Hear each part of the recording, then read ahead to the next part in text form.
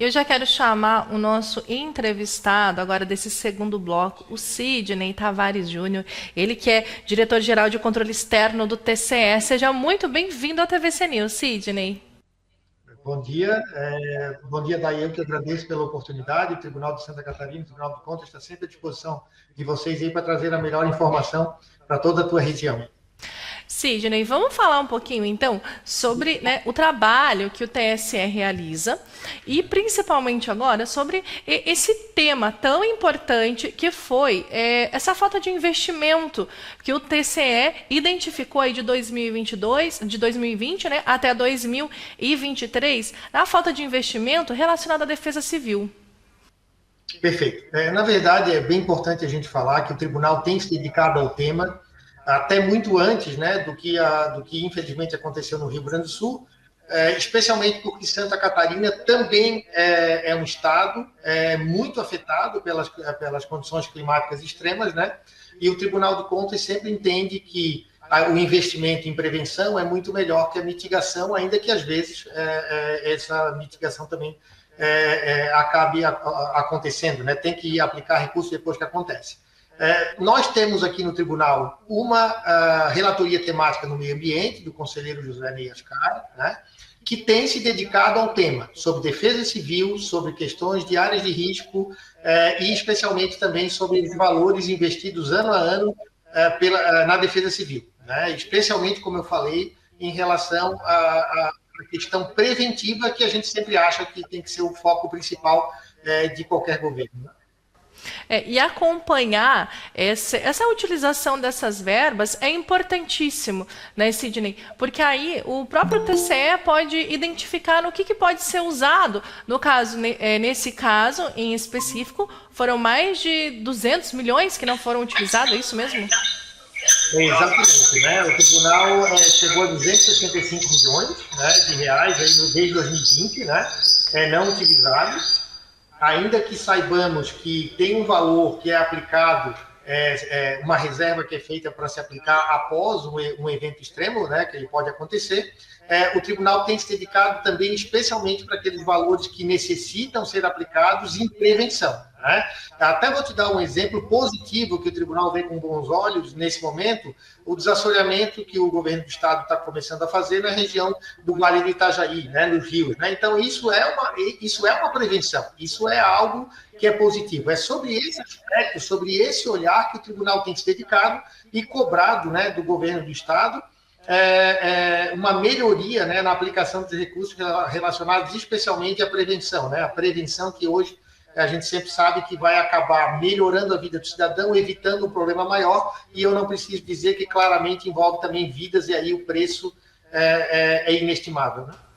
Sidney, e esse valor aí que não foi utilizado, ele estava disponível para que o governo utilizasse? Em princípio ele estava autorizado, né? Obviamente que a gente já sabe que o governo vem na linha de que uma parte dele fica guardada para uma eventualidade que não estava prevista, né? O tribunal entende isso, mas o nosso foco realmente é que o Estado invista pelo menos o que está programado em prevenção. Essa é a questão principal para o Tribunal de Contas e vai continuar dando atenção para essa questão. E dentro da prevenção, o que inclui?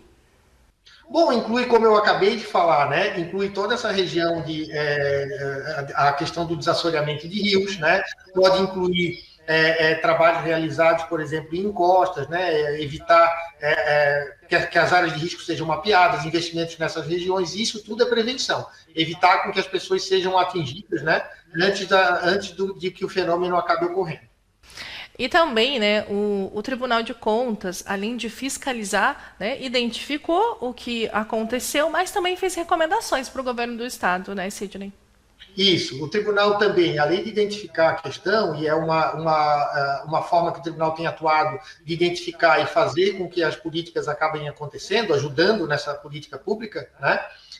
Também tem recomendações para que se evite, né, ou que se veja dentro do governo do estado a questão da retenção de valores, ou seja, de que evite que não sejam aplicados. Ou seja, assim, o governo tem valores que ele não aplicou e nós entendemos que na área de prevenção isso não cabe, né? Isso deve ser aplicado para evitar um problema maior depois, ainda que o Estado tenha algumas questões de economia de recursos, é sempre bem-vinda, o Estado precisa, às vezes, fazer essa contenção, mas nessa área o tribunal tem especial preocupação. E o governo do estado já tem também um planejamento e a utilização de um valor para o ano de 2024, né? Porque essa fiscalização que foi feita foi dos valores passados, né? Que já foram, mas a partir de agora continua também esse acompanhamento, Sidney, no valor que já está estipulado ou previsto. Exatamente. Os valores agora para 2024 eu não tenho aqui, mas o que já foi determinado pelo relator e pelo Tribunal Pleno do Tribunal de Contas é que a Diretoria de Contas de Gestão, que fez esse trabalho, acabe olhando já o segundo semestre agora do ano, né, que é quando ocorrem os maiores problemas no Estado, historicamente, né, e que a gente possa já avaliar como que está sendo essa execução, né? Se os valores estão sendo realmente utilizados. A gente vai continuar acompanhando aqui pelo Tribunal de Contas esses valores e esse trabalho continuará no decorrer do ano e seguramente para os anos posteriores também. Sidney, no começo da nossa conversa você até mencionou, né, que esse trabalho ele já vinha sendo feito muito antes do que aconteceu no nosso estado vizinho, Rio Grande do Sul. Mas com certeza, o que aconteceu no estado do Rio Grande do Sul é mais um alerta ainda para que esses valores não fiquem sem ser usados, né? Exatamente, né? Santa Catarina, como eu falei também lá no começo, historicamente é o estado mais afetado do Brasil em eventos extremos, né? O que aconteceu no Rio Grande do Sul é uma calamidade, uma questão muito triste, que nos abalou muito, né? E que nos sirva de lição, né? Para que dentro das nossas possibilidades a gente possa trabalhar a prevenção e evitar, né, a quantidade de morte que teve lá, a questão de destruição, patrimônio, economia afetada. Então, sempre é importante trabalhar a prevenção. Esse é o foco que o tribunal tem adotado, especialmente, como eu falei, com a relatoria temática do meio ambiente, que o tribunal tem dado uma atenção especial. Vezes, né, para o cidadão que está acompanhando aqui a nossa conversa, pode parecer que o valor de investimento em prevenção de desastres naturais é um valor alto. Mas se a gente for fazer um comparativo aí com o que aconteceu no estado do Rio Grande do Sul, o valor para reconstruir o estado é muito maior, né? Não tem nem como comparar isso. Até porque tem situações, famílias, vidas, histórias que foram perdidas e que não tem como reconstruir. Exatamente, exatamente. Essa é a linha que o tribunal pensa, né? Se a gente fosse conseguir colocar na ponta do lápis, né, tem questões aí que sequer podem ser mensuradas, né? As vidas das pessoas, o patrimônio, empresas que do dia para a noite desapareceram, aliás, cidades que desapareceram, né? Ainda que tenha sido um evento extremo, né? Eu acho que tudo que está ao nosso alcance deve ser feito. E é isso que o tribunal tem cobrado do governo do Estado. Sidney, quero agradecer a tua participação aqui no TVC News. Muito obrigado por conversar com a gente, trazer esclarecimento e entendimento sobre essa questão, né, tão importante para o nosso Estado. Muito obrigada. Eu que agradeço. O Tribunal de Contas está sempre à disposição da TVC News e agradeço aí mais uma vez pela oportunidade. E suspeitos por golpe foram presos em Balneário Camboriú. A Operação Protectio 18 investiga uma associação criminosa especializada na prática de crimes contra as relações de consumo, mais especificamente os golpes da casa própria ou golpes da carta contemplada. 2 dos 3 investigados foram presos em Balneário Camboriú. A outra prisão foi feita em Cuiabá, no Mato Grosso. A ação contou com o apoio da Polícia Civil do Mato Grosso e de Santa Catarina. Um dos presos em Santa Catarina é condenado por crime cibernético e foragido do Distrito Federal. Além das prisões, foram apreendidos aparelhos eletrônicos que serão utilizados para dar continuidade às investigações. A delegacia ouviu 10 vítimas, cada uma com prejuízo estimado em R$20 mil, e identificou que o grupo recém-instalado em Goiânia, em Goiás, aplicava golpes em Mato Grosso, pelo menos desde 2019. Falando ainda no setor da segurança, uma facção criminosa foi desarticulada aqui no Litoral Norte. A Polícia Civil desencadeou nesta terça-feira a Operação Sintonia, que resultou na prisão do atual líder da maior facção criminosa de Santa Catarina.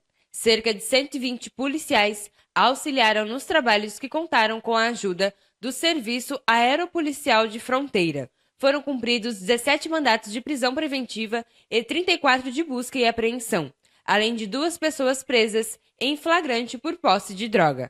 Além disso, foram apreendidos diversos aparelhos celulares, balança de precisão e materiais que eram usados para embalar as drogas. A organização criminosa atuava no litoral norte de Santa Catarina, nas cidades de Navegantes, Itajaí, Penha e Itapema. As investigações da polícia começaram há 1 ano e tinham como principal alvo o líder da facção. Parabéns aí à Polícia Civil por essas ações, né, desarticulando esses criminosos que agem aqui na nossa região. E agora eu quero chamar a nossa repórter, Bianca Robles. Bianca, seja bem-vinda à TVC News. Bom dia, Dai. Bom dia a todos que estão nos assistindo. Bianca, tá chegando aí, né, um mês das férias, julho. Todo mundo gosta, né? Quem tem filho aproveita o mês de julho para viajar, para passear. Quem pode, claro. Isso vai movimentar a região também, né?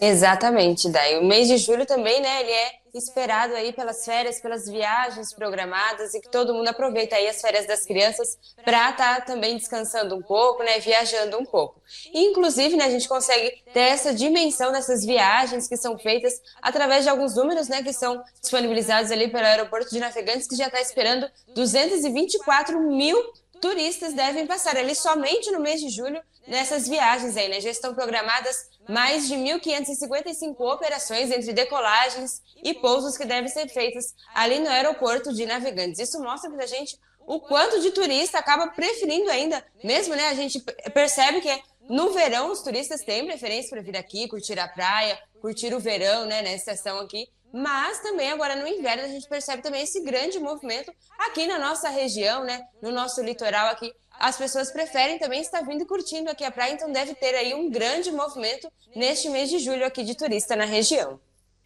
Com certeza, isso aí vai impactar diretamente na economia aqui na nossa região. Bianca, muito obrigada pela sua participação. Obrigada, Dai. Um ótimo dia a todos. Nós vamos agora para um breve intervalo. Na volta, a gente vai falar sobre a programação aí para as festividades dos 60 anos de Balneário Camboriú. Tem ainda a previsão do tempo e o comentário de Saul Carvalho. Eu volto já.